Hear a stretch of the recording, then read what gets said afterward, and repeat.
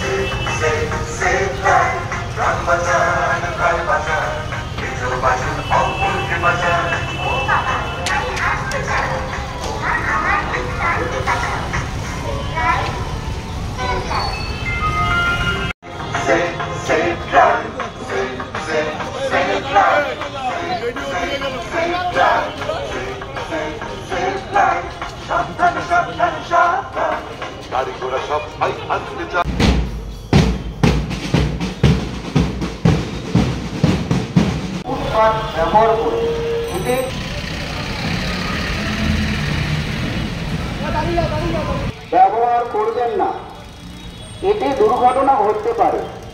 সকল পথচারীদের উদ্দেশ্যে অনুরোধ করা হচ্ছে, আপনারা দেখেন সেভ ড্রাইভ সেভ লাইফ পালিত হচ্ছে। আর কদিন ধরে চলবে বিস্তারিত?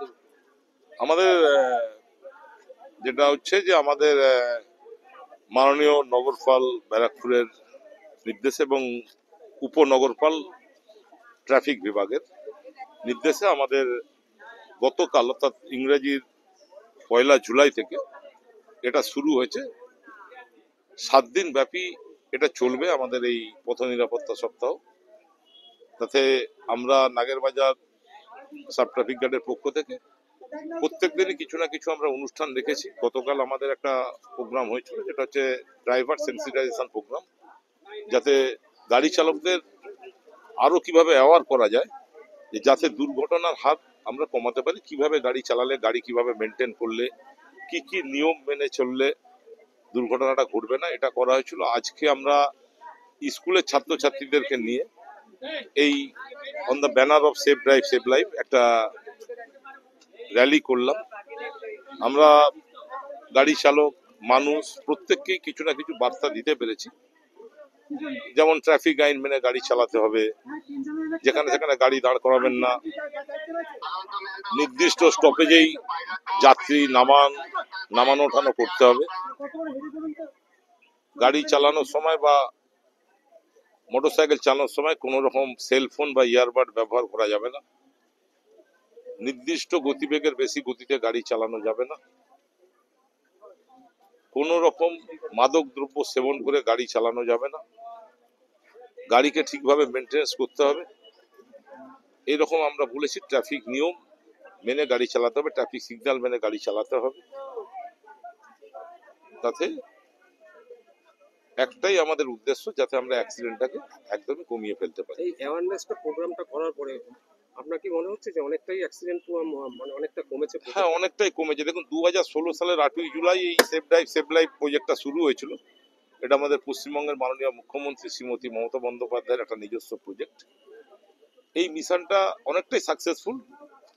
তার কারণ আমি বলি, 2016 সালের 8ই জুলাইয়ের পর থেকে বছরের বিভিন্ন সময়ে আমাদের বিভিন্ন ট্রাফিক গার্ড থেকে ব্যারাকপুর পুলিশ কমিশনে বিভিন্ন রকম রোড সেফটি অ্যাওয়ারনেস ক্যাম্পেইন করা হয়, বিভিন্ন প্রোগ্রাম করা হয়।